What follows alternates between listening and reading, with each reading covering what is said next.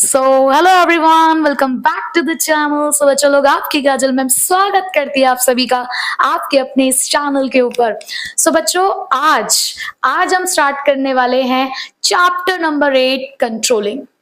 सो controlling का मतलब क्या है? कंट्रोलिंग में हम लोग करते हैं कंपैरिजन। किस चीज का कंपैरिजन करते हैं? एक्चुअल परफॉर्मेंस का स्टैंडर्ड परफॉर्मेंस के साथ, कि आपने सोचा क्या था और हुआ क्या, और इस सोचने और होने के बीच में अंतर क्या रहा, क्या डिफरेंस रहा।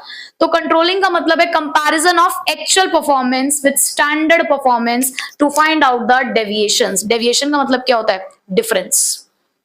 Difference between the actual and standard performance, ताकि हमें पता चल सके कि कहाँ कमी रही है। अब डेविएशन का मतलब हमेशा ना ये नहीं होता कि कमी है, मतलब कि जो डेविएशन है, जो डिफरेंस है, हमेशा वो नेगेटिव लेके मत चलो, उसे पॉजिटिव भी हो सकता है।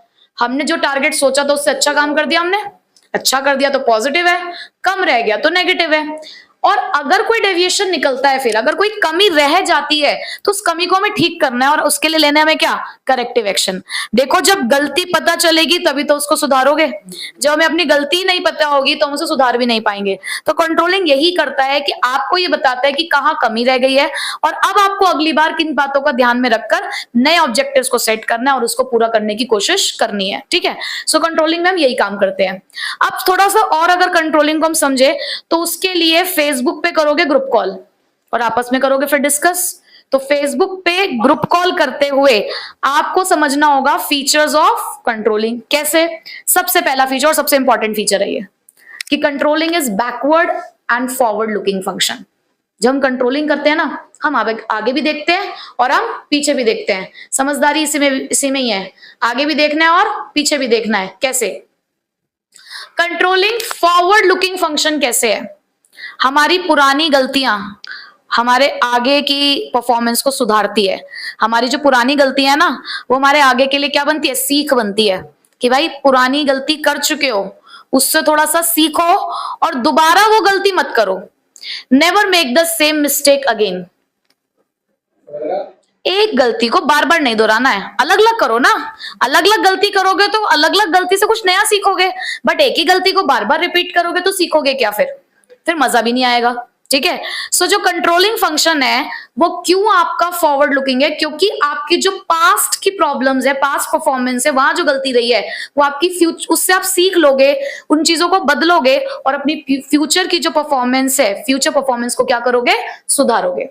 तो इसीलिए कहा गया कि it is forward looking function, क्योंकि वो इंप्रूव करता है आपकी फ्यूचर परफॉर्मेंस। उसके बाद ये बैकवर्ड लुकिंग क्यों है? पीछे क्यों देखता है यार? अब पीछे देखेगा तभी तो आगे के लिए सुधरेगा। तो ये क्या है? इसको कहा जाता है it is the postmortem of your past activity. Postmortem का मतलब क्या होता है? पोस्टमार्टम होता क्या है? पूरी चीर फाड़ना, डिटेल में बता देता है कि क्या हुआ है, कैसे हुआ है।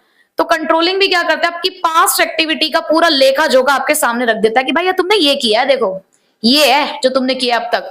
तो ये पीछे देखता है, और ताकि आपको पता चल सके कि भैया गलतियां कहाँ थी, और उसी के उन्हीं गलतियों को ध्यान में रखते हुए हम आगे सुधर जाएं। तो इसीलिए इसको पीछे देखना पड़ता है। आगे की चीजों को सुधारने के लिए ना पीछे की चीजों को देखना ही पड़ेगा।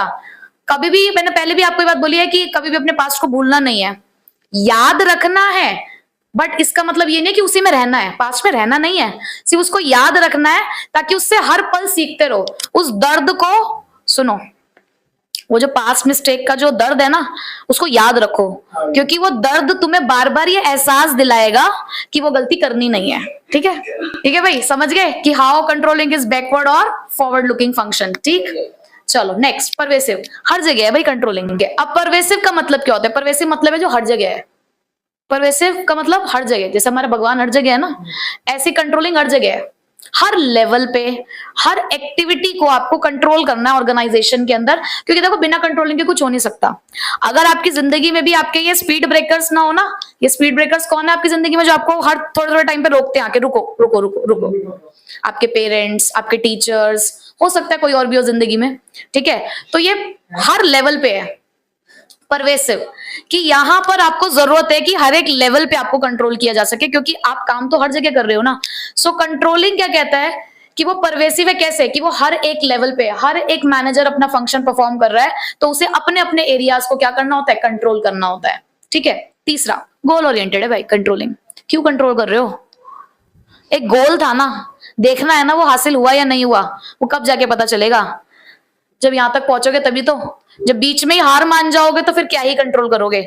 सो कंट्रोलिंग हमेशा गोल ओरिएंटेड होता है, हमेशा आपको ये बताता है कि भाई देखो ये था तुम्हारा गोल और तुम तो अभी यहीं तक पहुंचे हो, वहां तक कब पहुंचोगे? तो कंट्रोलिंग तुम्हें बीच में रियलिटी चेक देता है। हर एक साइकिल के बाद जैसे आप प्लानिंग से लेकर कंट्रोलिंग तक पहुंचते हैं तो आपको एक रियलिटी चेक मिलता है। कंट्रोलिंग गोल ओरिएंटेड है, क्यों? Because it ensures the organisational goals to be achieved. कैसे अचीव करना है उनको?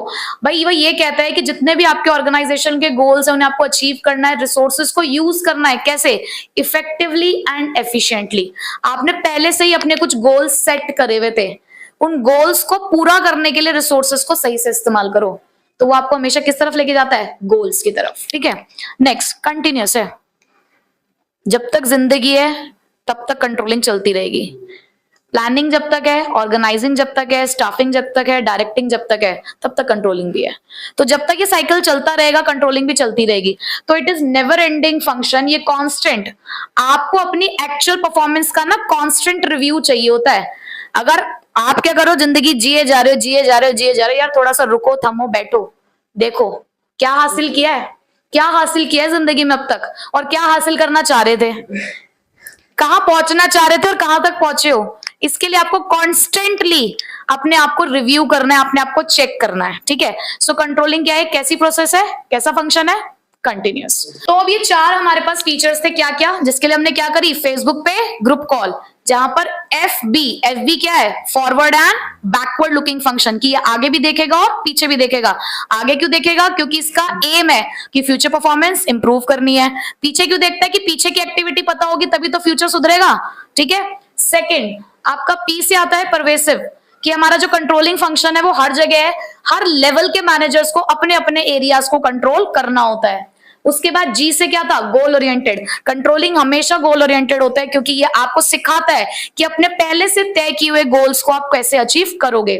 उसके बाद सी से हमारे पास कंटिन्यूअस, ये कंटिन्यूअस है, हमेशा आप अपने जो कंट्रोलिंग फंक्शन है उसको परफॉर्म करते हो ताकि बार बार आपको ये पता चल सके कि आपकी एक्चुअल परफॉर्मेंस क्या है और कहां सुधार करना है, ताकि आप करेक्टिव एक्शंस ले सको। ठीक है, सो अब स्टार्ट करते हैं इंपॉर्टेंस ऑफ कंट्रोलिंग, कि क्यों आखिरकार हमारे लिए कंट्रोलिंग जरूरी है।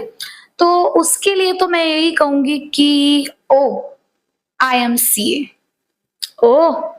IMCA, इंपॉर्टेंस ऑफ कंट्रोलिंग को पढ़ते ही आई कैन से IMCA।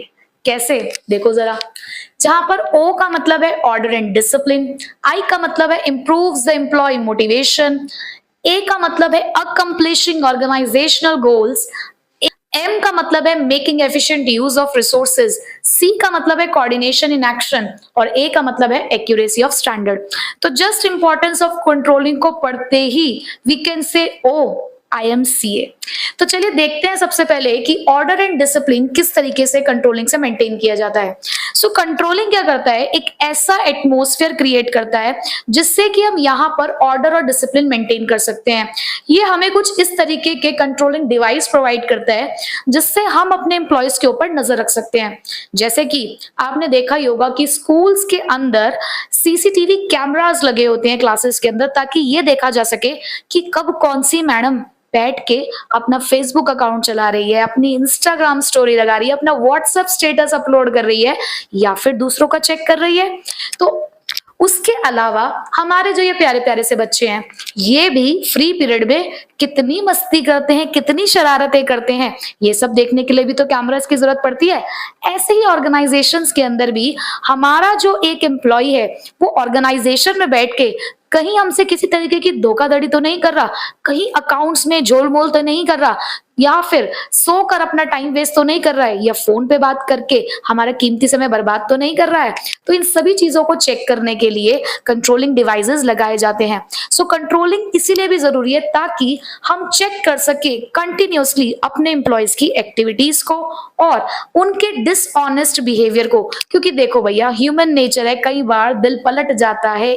जो हमारा ये ये जो ईमानदारी है वो बेईमानी में भी बदल सकती है, कुछ भी हो सकता है। तो इन सभी चीजों को कंट्रोल करने के लिए, इन एक डिसिप्लिन का एनवायरनमेंट मेंटेन करने के लिए, क्योंकि क्या होता है ना कि कई बार जब हमारे ऊपर इस तरीके से क्लोज चेक किया जाता है, जब इस तरीके से हमारे ऊपर कंट्रोल किया जाता है, तो एक डिसिप्लिन का माहौल रहता है, क्योंकि हमें पता है कि यार हम ना कंटिन्यूअसली किसी ना किसी की निगरानी में काम कर रहे हैं। आपने देखा होगा ना, लिखा होता है कि आप सीसीटीवी कैमरा की निगरानी में, तो वहां पर आप अपने हर एक मूवमेंट, हर एक एक्शन को बहुत सोच समझ कर करते हैं। क्यों?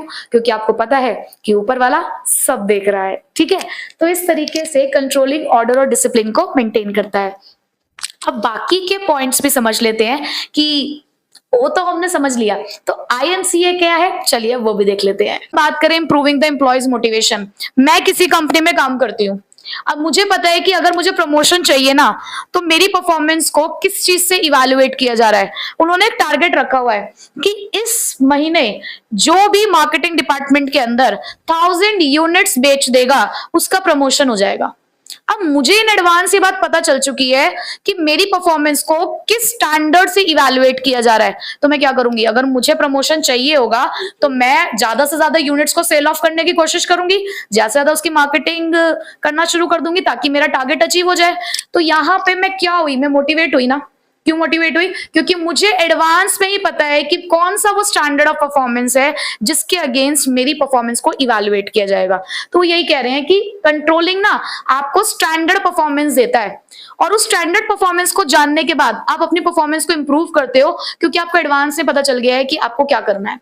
सो employees no well in advance that what they are expected to do, कि उनको क्या करना है and what are the standard of performance, और स्टैंडर्ड ऑफ परफॉर्मेंस क्या है।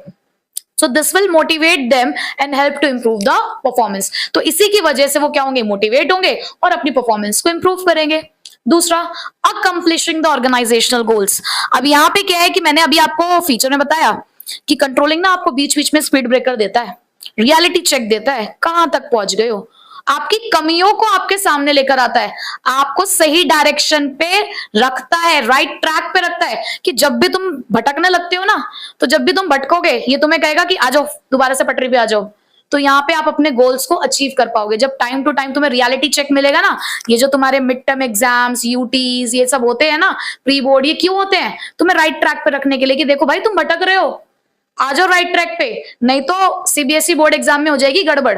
तो कंट्रोलिंग आपको गोल्स अचीव करने में मदद करता है। क्यों? क्योंकि ये आपकी प्रोग्रेस को मेजर करेगा, ये बताएगा कि क्या कमी है, और उस कमी को ध्यान में रखते हुए आपका पूरे ऑर्गेनाइजेशन को एक गाइडेंस मिलेगी, और उस गाइडेंस की वजह से आप कहां रहेंगे, एक राइट ट्रैक पे रहेंगे। और जब राइट ट्रैक पे रहोगे तो अल्टीमेटली क्या हासिल कर लोगे, अपने गोल्स।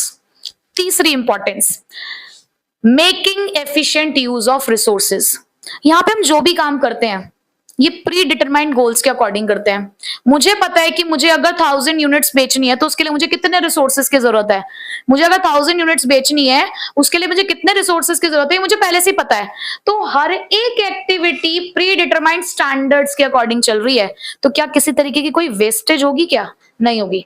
हमें पता है कि हमें कितना रिसोर्स इस्तेमाल करना है, तो कंट्रोलिंग मदद करती है आपकी कि आप जो रिसोर्सेज इस्तेमाल कर रहे हो आप उसको एफिशिएंटली मतलब मिनिमम कॉस्ट के साथ आप उसका इस्तेमाल कर सको। फोर्थ, ये कोऑर्डिनेशन बनाता है, आपके एक्शंस में कोऑर्डिनेशन लेकर आता है। जब आप अपने अलग अलग एक्शंस परफॉर्म कर रहे होते हो ना, तो ये फिर से आपको क्या करेगा, एक साथ लेकर आएगा।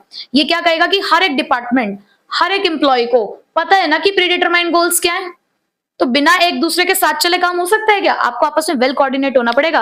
आपको पता है कि आपके सीबीएसई बोर्ड एग्जाम के अंदर आपको 5 सब्जेक्ट में पास होना है, तो किसी एक को ज्यादा पढ़ के काम नहीं चलने वाला है, पांचों में बैलेंस बनाना होगा, पांचों में आपको एक कोऑर्डिनेशन बनाना होगा। आप लोगों ने, मैंने आपको शायद पहले भी कभी बोला हो कि आप पे बेवफाई करते हो इंग्लिश जैसे सब्जेक्ट के साथ, उसको बेचारी को बिल्कुल छोड़ ही देते हो, पढ़ते ही नहीं हो। और यही रीजन होता है कि बाकी सब्जेक्ट्स में अच्छे अच्छे नंबर आ रहे होते हैं और इंग्लिश में कहीं ना कहीं जो एक्सपेक्टेशंस वाले मार्क्स होते हैं वो नहीं आ पाते। क्यों?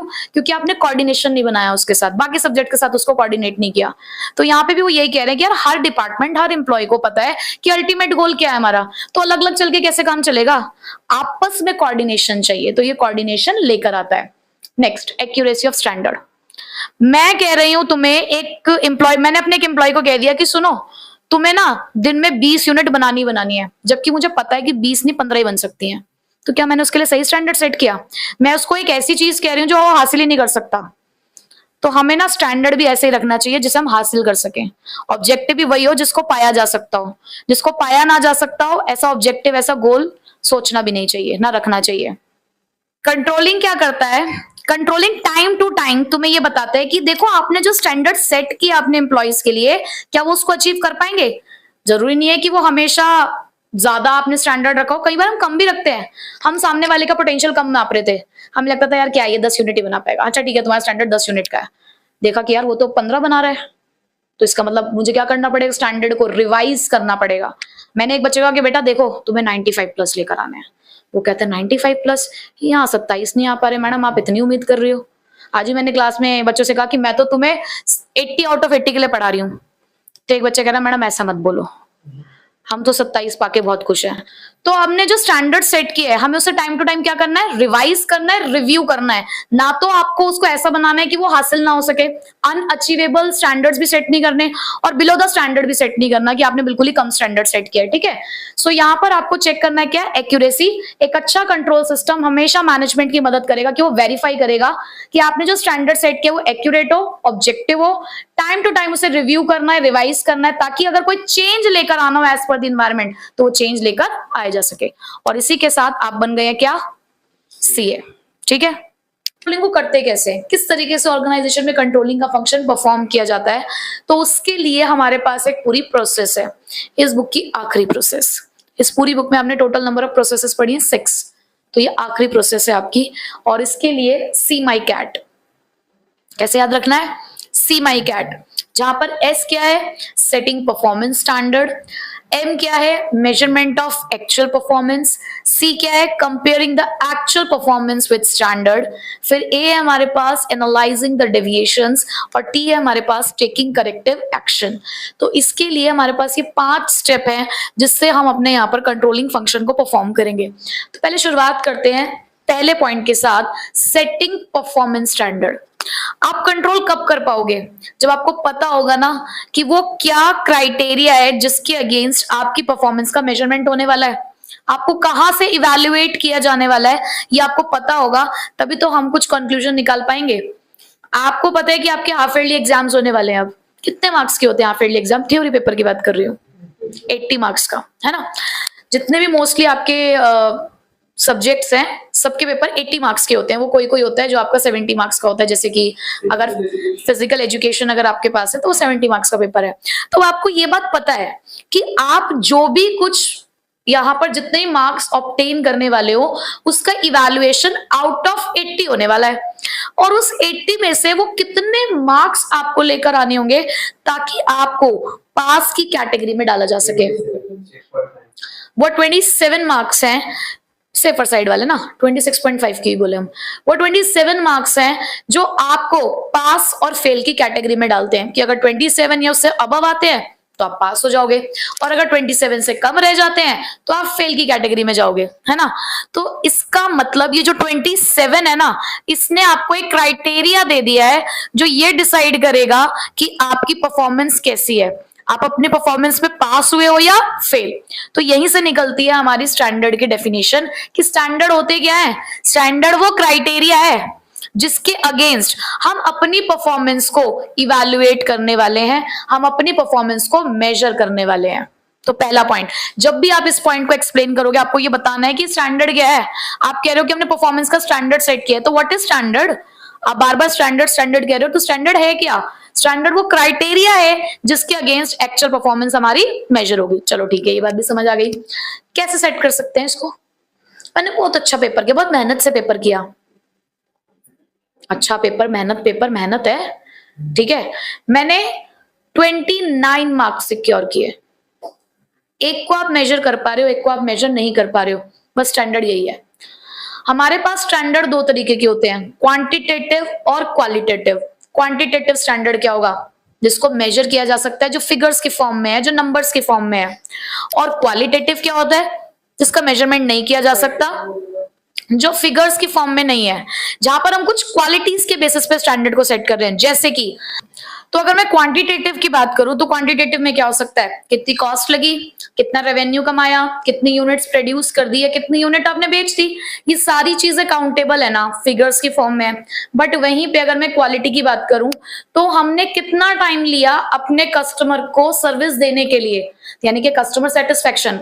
कई बार आप देखते होगे फीडबैक फॉर्म फिल कराया जाता है, तो उस फीडबैक फॉर्म में क्या होता है, आपको क्वालिटीज के बेसिस पर उनको रेट करना होता है। कुछ क्वालिटी लिखी होती है, जैसे कि आपको कस्टमर सर्विस कैसी लगी, फूड की क्वालिटी कैसी लगी, ठीक है। उसके अलावा जो हमारे यहाँ वर्कर्स काम कर रहे हैं उनका बिहेवियर, वर्कर्स बिहेवियर, तो उसी के बेसिस पे आप रेटिंग कर रहे हो ना, दैट मीन्स वो क्या है, उनकी क्वालिटी है। तो वहां पर उन्होंने कौन सा स्टैंडर्ड सेट किया, क्वालिटेटिव, ठीक है। अब आप मुझे बताओ लेकिन बेस्ट कौन सा होता होगा, क्वांटिटेटिव या क्वालिटेटिव? क्वांटिटेटिव, क्योंकि उसके अंदर मेजरमेंट ज्यादा आसान है। तो बस यही 3 बातें हमारे पास यहाँ पे, कि पहली बात कि हम क्या करते हैं, सबसे पहले तो हम आपको ये बता रहे हैं कि what are the standards. Standards क्या है, वो क्राइटेरिया जिसके अगेंस्ट हम अपनी परफॉर्मेंस को मेजर करेंगे। 2 तरीके से कर सकते हो, क्वांटिटेटिव और क्वालिटेटिव। अब क्वांटिटेटिव क्या होता है, वही जिसको आप in terms of figures calculate कर सकते हो, जहां पर मैं कह रही हूँ कि कितनी कॉस्ट लग रही है, कितना रेवेन्यू आपने अर्न किया, कितनी यूनिट्स खरीदी या बेची, और भी हो सकते हैं। क्वालिटेटिव में आप गुडविल और मोटिवेशन को दे सकते हो कि आपके एम्प्लॉय की गुडविल कैसी है, वो कैसा काम कर रहा है, उसका मोटिवेशन लेवल कैसा है। या फिर इसका एक एग्जाम्पल लें कि एक कस्टमर को सर्व करने में हम कितना टाइम लेते हैं, यानी कि कस्टमर सेटिस्फेक्शन लेवल अगर हमें चाहिए तो उसके लिए हम कितना टाइम दे रहे हैं उसको, तो वो हमारे लिए क्या है, एक क्वालिटेटिव स्टैंडर्ड है, ठीक है। नेक्स्ट, अब हमें स्टैंडर्ड तो पता चल गया कि कितना है, अब हमें मेजरमेंट करना है कि एक्चुअल परफॉर्मेंस को कैसे मेजर किया जाएगा। बहुत सारे तरीके हैं। पहला तरीका, पर्सनल ऑब्जर्वेशन। हम पर्सनली ऑब्जर्व कर रहे हैं आपको काम करते हुए, आपको हम देख रहे हैं, आपके ऊपर निगरानी कर रहे हैं पर्सनली। मैं पर्सनली आके आपको देख रही हूँ कि आप क्या कर रहे हो, कैसे कर रहे हो। So this is the technique of personal observation. Individually देखा जा रहा है सबको। या फिर हमने ऐसे किया कि हमारे वर्कर्स, सारे वर्कर्स काम करते हैं, यूनिट्स बना रहे हैं, 1000 यूनिट बन गई। अब 1000 यूनिट तो मैं चेक नहीं कर सकती, तो मैंने क्या किया, उसमें से लगभग 20 से 30 यूनिट निकाल ली, 100 यूनिट निकाल ली और उनको चेक किया, सैंपल चेकिंग। रेंडमली मैंने 100 यूनिट्स निकाल ली, यानी कि 10% मैंने देख ली यूनिट्स की कैसी आ रही हैं, और उस 10% यूनिट्स को देखकर मैंने 90% लॉट का एक अंदाजा लगा दिया कि अगर 10% सही जा रही है, इसका मतलब बाकी के 90% भी सही होंगी। So this is sample checking. दूसरा तरीका ये हुआ। तीसरा, आपकी परफॉर्मेंस रिपोर्ट बना के, अभी आप फिर ले आएगा, रिपोर्ट कार्ड बनेगी, वो भी तो बताएगी ना कुछ। प्रोग्रेस रिपोर्ट, हर सब्जेक्ट में कैसे चल रहे हो। तो ये भी क्या है, आपका मेजरमेंट नहीं है एक्चुअल परफॉर्मेंस का। आप एग्जाम देकर आओगे और सब्जेक्ट में मार्क्स सिक्योर करोगे ना, तो हम देख रहे हैं कितने कितने मार्क्स आ रहे हैं, कौन सा सब्जेक्ट ऐसा जिसके ऊपर ध्यान देने की जरूरत है, कौन सा अच्छा चल रहा है, कौन सा खराब चल रहा है, वो तभी तो पता चलेगा, ठीक है। उसके अलावा रेशियोज कैलकुलेट करना। हम कई बार आपकी परसेंटेज पूछते हैं आपसे, मैं आपसे ये नहीं पूछती इंडिविजुअल मार्क्स कितने आपके हर एक सब्जेक्ट में, मैं कह रही हूँ मुझे ये 2 डिजिट में बता दो, अपनी परसेंटेज बता दो। कोई कह रहा है 50, कोई 60, कोई 70, कोई 80, कोई 90, तो ये परसेंटेज अपने आप में कुछ कह रही है ना। तो ये भी तो एक तरीका है जानने का कि सामने वाला कैसे परफॉर्म कर रहा है, उसकी परफॉर्मेंस का लेवल क्या है। तो ऐसी ऑर्गेनाइजेशन में net profit ratio, gross profit ratio, stock turnover ratios, ऐसे अलग अलग तरीके की रेशियोज कैलकुलेट की जाती हैं ताकि हम अपनी एक्चुअल परफॉर्मेंस को मेजर कर सके। तो यहाँ पे उन्होंने कहा कि अब देखो दूसरा काम आपको यही करना है कि आपको अपनी एक्चुअल परफॉर्मेंस को मेजर करना है। बहुत सारे तरीके हैं, जैसे कि personal observation, sample checking, ratios को कैलकुलेट करना, परफॉर्मेंस रिपोर्ट बनाना। याद रखनी है, आपको मेंशन करके आनी है ये टेक्निक्स, ठीक है। कैसी होनी चाहिए लेकिन ये ऑब्जेक्टिव और रिलायबल, भाई फ्री फ्रॉम बायस होनी चाहिए। आपका कोई पर्सनल इसके अंदर ये नहीं हो कि आप पार्शियल होके काम कर रहे हो। आप पर्सनल ऑब्जर्वेशन के लिए गए, आपको कोई फ्रेंड है, आपने उसकी गलती तो छुपा दी लेकिन किसी दूसरे की बता दी, ऐसा नहीं होना चाहिए। या उसकी परफॉर्मेंस को अच्छा बता रहे हो, किसी और की को खराब बता रहे हो, ऐसा नहीं। ऑब्जेक्टिव और रिलायबल हो। उसके अलावा performance should be measured in the same unit in which the standards are set. आपने स्टैंडर्ड सेट किया, cost to be incurred, rupee की फॉर्म में। आप उसका जब इवैल्यूएशन कर रहे हो एक्चुअल परफॉर्मेंस का, वो आपने उसके लिए यूनिट जो चूज करी वो दूसरी कर दी। देखो कंपैरिजन हमेशा सेम लेवल के लिए होता है, अलग अलग लेवल पे कंपैरिजन नहीं हो सकता।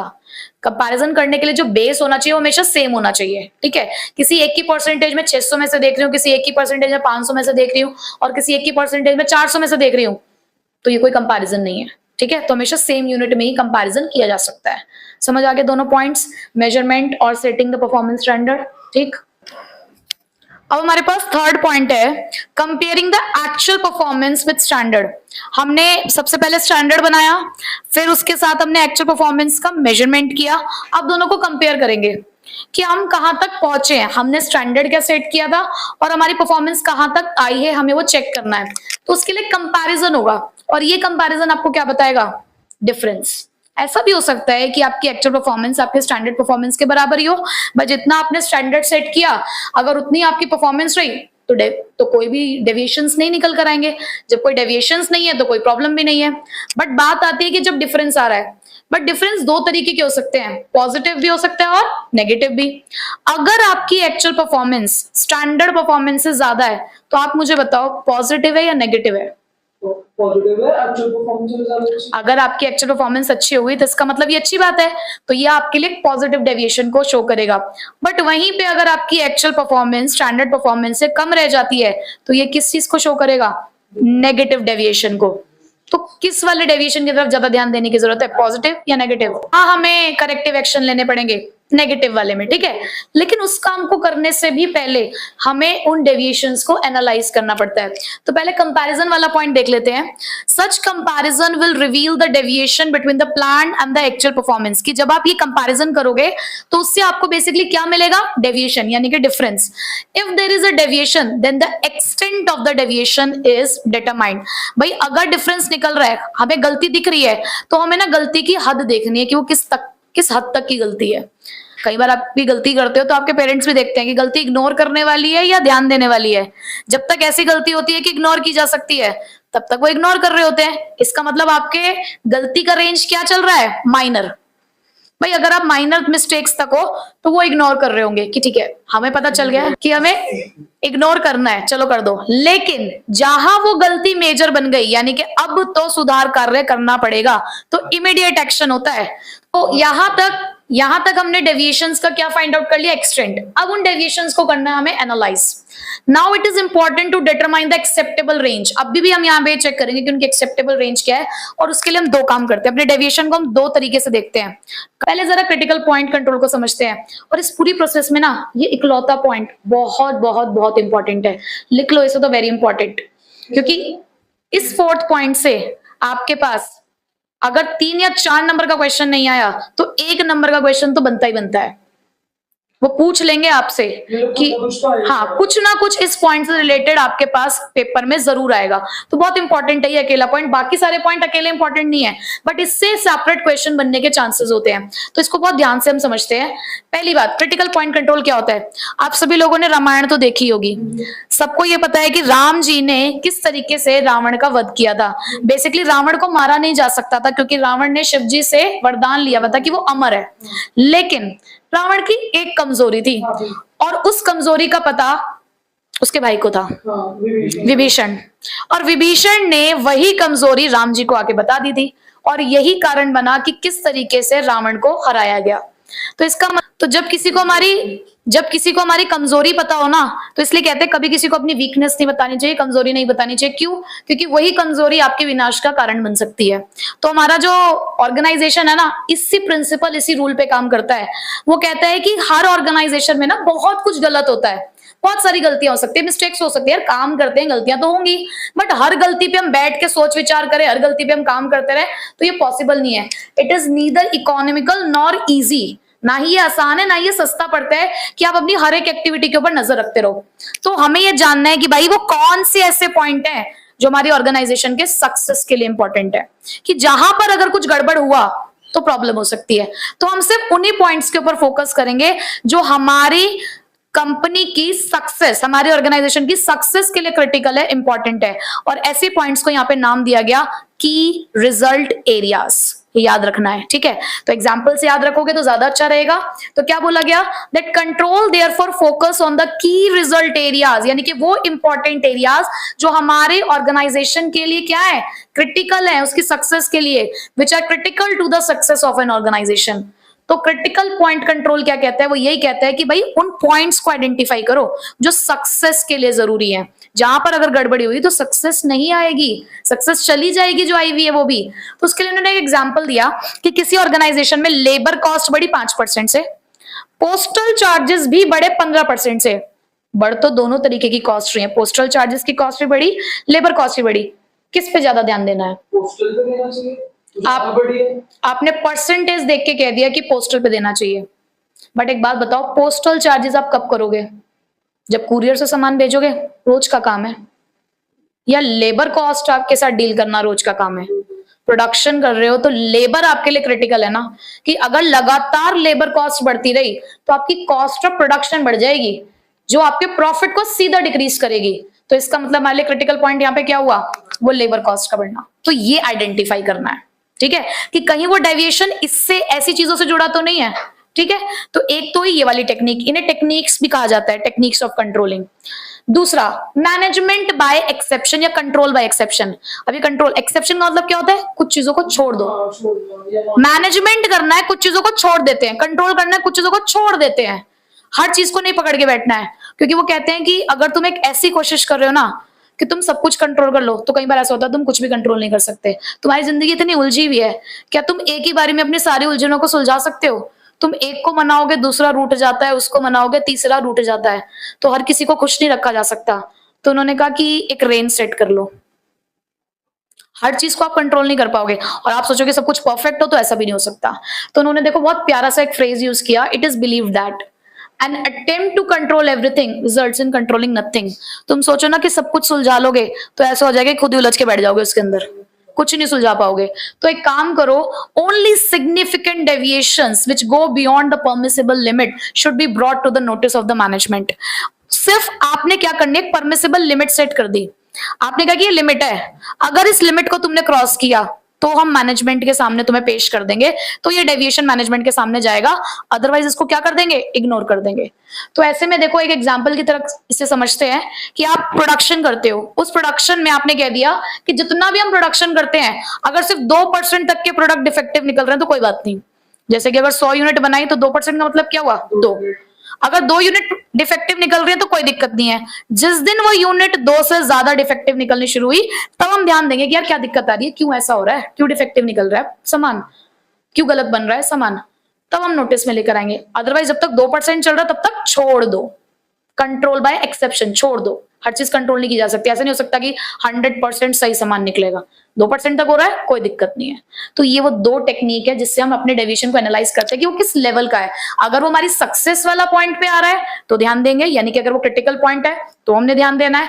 अगर वो परमिसिबल लिमिट के क्रॉस जा रहा है, बियॉन्ड जा रहा है, तो ध्यान देंगे। अगर उसके लिमिट के अंदर है तो कोई दिक्कत नहीं है। So this is management by exception. तो 4th पॉइंट आपका इंपॉर्टेंट था। उसके बाद यहां से हमें पता चलेगा कि अब हमें करेक्टिव एक्शन लेना है या नहीं लेना है। अगर डेविएशन इनके पॉइंट्स के अंदर आ रहा है, मतलब कोई ऐसी प्रॉब्लम नहीं है, एक्सेप्टेबल लिमिट्स के अंदर है, तो कोई करेक्टिव एक्शन हम नहीं लेंगे, हम छोड़ देंगे। लेकिन अगर लगता है कि हाँ ध्यान देने वाली बात है, तो हम यहाँ पर करेक्टिव एक्शन लेंगे। जैसे कि कैसे हो सकते हैं, कि एग्जाम्पल मैंने कुछ लिखे हैं यहाँ पे। आपने देखा कि डेविएशन आया क्योंकि मटेरियल डिफेक्टिव निकल रहा है, तो एक काम करो, क्वालिटी चेंज कर दो मटेरियल की। दूसरा, आपने देखा कि मशीनरी डिफेक्टिव है, तो या तो उसे रिपेयर करा लो या उसे चेंज कर दो। आपने देखा कि वर्कर्स में हमें ये देखने को मिल रहा है कि प्रोडक्टिविटी इसलिए कम आ रही है, मोटिवेशन की कमी आ रही है वर्कर्स में, तो एक काम करते हैं, उनको इंसेंटिव्स प्रोवाइड कर देते हैं, तो हम करेक्टिव एक्शन ले लेंगे। ठीक है, तो ये हमारे पास 5 पॉइंट्स थे कंट्रोलिंग के, जिसमें पहला पॉइंट क्या था? स्टैंडर्ड परफॉर्मेंस सेट करनी है, फिर उसी के अकॉर्डिंग मेजरमेंट करना है एक्चुअल परफॉर्मेंस का, फिर हम कंपेयर करते हैं एक्चुअल परफॉर्मेंस के साथ स्टैंडर्ड को, फिर उन डेविएशन को एनालाइज किया जाएगा कि सक्सेस के लिए इंपॉर्टेंट वाले हैं, क्रिटिकल पॉइंट वाले हैं, या मैनेजमेंट बाय एक्सेप्शन, यानी कि परमिसिबल लिमिट के अंदर आ रहे हैं नहीं आ रहे हैं। उसी के हिसाब से फिर क्या लिया जाएगा? Corrective action. तो हमने प्रोसेस तो पढ़ ली पूरी, और बहुत इंपॉर्टेंट है, प्रोसेस छोड़ के नहीं जानी है। अब एक लास्ट का छोटा सा आपका टॉपिक, वो भी इंपॉर्टेंट है 3 से 4 नंबर के लिए, relationship between planning and controlling. Last topic है हमारा relationship between planning and controlling. अब रिलेशनशिप जानने के लिए ना हम दोनों ही फंक्शंस को जान चुके हैं पूरी तरीके से।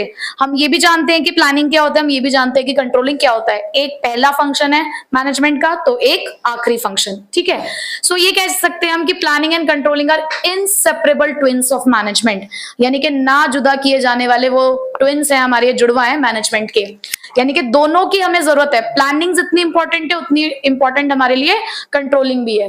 सो सबसे पहला पॉइंट जो इस बात को डिफाइन करता है, that planning without controlling is meaningless. अगर आप किसी चीज को कंट्रोल ही नहीं कर रहे हो तो प्लान ही क्यों किया था आपने? आपने स्टार्टिंग में बहुत सारे ऑब्जेक्टिव सेट करे कि यार ये करना है, ये करना है, ये करना है। जब आपने काम कर दिया उसके बाद आपने देखा ही नहीं कि आपने किया क्या है, आपने अपनी अगली प्लानिंग को सुधारा ही नहीं, क्यों? क्योंकि लास्ट में आपने कंट्रोल किया ही नहीं चीजों को। तो जब आप यहाँ पर एक बार प्लान कर देते हो, उसके ऊपर काम करना शुरू कर देते हो, एक्शंस परफॉर्म हो चुके हैं, तो फिर करेक्टिव एक्शन लेना भी जरूरी है कि अगर कहीं गलती है तो उसको सुधारना भी जरूरी है। तो बिना कंट्रोलिंग के प्लानिंग का कोई मतलब नहीं है। दूसरा, controlling is blind without planning, यानी कि अगर आपके पास स्टैंडर्ड नहीं होंगे तो आप कंट्रोल क्या करोगे? आपने कुछ सोचा ही नहीं करना क्या है, तो फिर कंट्रोल क्या कर रहे हो? तुमने कोई ऑब्जेक्टिव सेट नहीं किया, तुम्हारे पास कोई स्टैंडर्ड नहीं है उसको देखने के लिए कि यार कहां से मेजरमेंट करना है, तो फिर कंट्रोलिंग क्या है? कंट्रोलिंग कुछ भी नहीं है ना। सो controlling is blind without planning. मुझे कुछ दिख ही नहीं रहा है कि मुझे करना क्या है, किस चीज को कंट्रोल करना है, किसके लिए करेक्टिव एक्शन लेने, मेरे पास कुछ है ही नहीं। तो बिना प्लानिंग के कंट्रोलिंग का भी कोई मतलब नहीं है। Both planning and controlling are forward and backward looking function. हम ये तो जान चुके हैं कि जो कंट्रोलिंग है वो आगे इसलिए देखता है क्योंकि वो आपकी पास्ट मिस्टेक को ठीक करके फ्यूचर परफॉर्मेंस को इंप्रूव करेगा। पीछे वो इसलिए देखेगा ताकि गलतियां पता चल सके। तो कंट्रोलिंग बैकवर्ड और फॉरवर्ड है, ये हमने फीचर्स में ही पढ़ लिया। बट प्लानिंग कैसे है? प्लानिंग तो हमेशा फॉरवर्ड लुकिंग तो है ही, क्योंकि हम प्लानिंग को कहते हैं इट इज फ्यूचरिस्टिक। पर जब हम न्यू प्लानिंग करते हैं ना कहीं हम पीछे की प्लानिंग को भी देखते हैं एक बार कि हमने पहले क्या किया था, अब उसमें कुछ फेर बदल करके हमें जो नई प्लानिंग करनी है तो उसमें क्या सीख लेकर हमें नई प्लानिंग करनी है। तो इसलिए प्लानिंग भी खुद बैकवर्ड भी है, फॉरवर्ड भी है। इसी तरीके से कंट्रोलिंग भी फॉरवर्ड भी है और बैकवर्ड भी है, क्योंकि जहां से प्लानिंग शुरू होती है वहीं पे लास्ट पे जाके कंट्रोलिंग पे खत्म होता है, फिर कंट्रोलिंग के आगे से ही प्लानिंग शुरू होता है। तो इसलिए दोनों आगे भी देखते हैं और पीछे भी देखते हैं। उसके बाद प्लानिंग प्रिस्क्रिप्टिव है, प्रिस्क्राइब तो करता है, एक सोच ही तो है, थिंकिंग ही तो है कि ये करना है। बट कंट्रोलिंग क्या है? इवैल्यूएटिव, क्योंकि यहीं पे तो आके आप सारे मेजरमेंट करते हो, यहीं पे तो आके सब चीजों को आप चेक करते हो ना। आपने जो चीज यहाँ पे प्रिस्क्राइब करी उसका इवैल्यूएशन तो यहीं आके होता है ना। तो यहाँ पर आपके सोच विचार का काम है, इंटेलेक्चुअल वर्क है, और यहाँ पर आपका किस चीज का काम है? इवैल्यूएशन का वर्क है। तो इसलिए बोला गया प्लानिंग प्रिस्क्रिप्टिव है और कंट्रोलिंग इवैल्यूएटिव। ठीक है, तो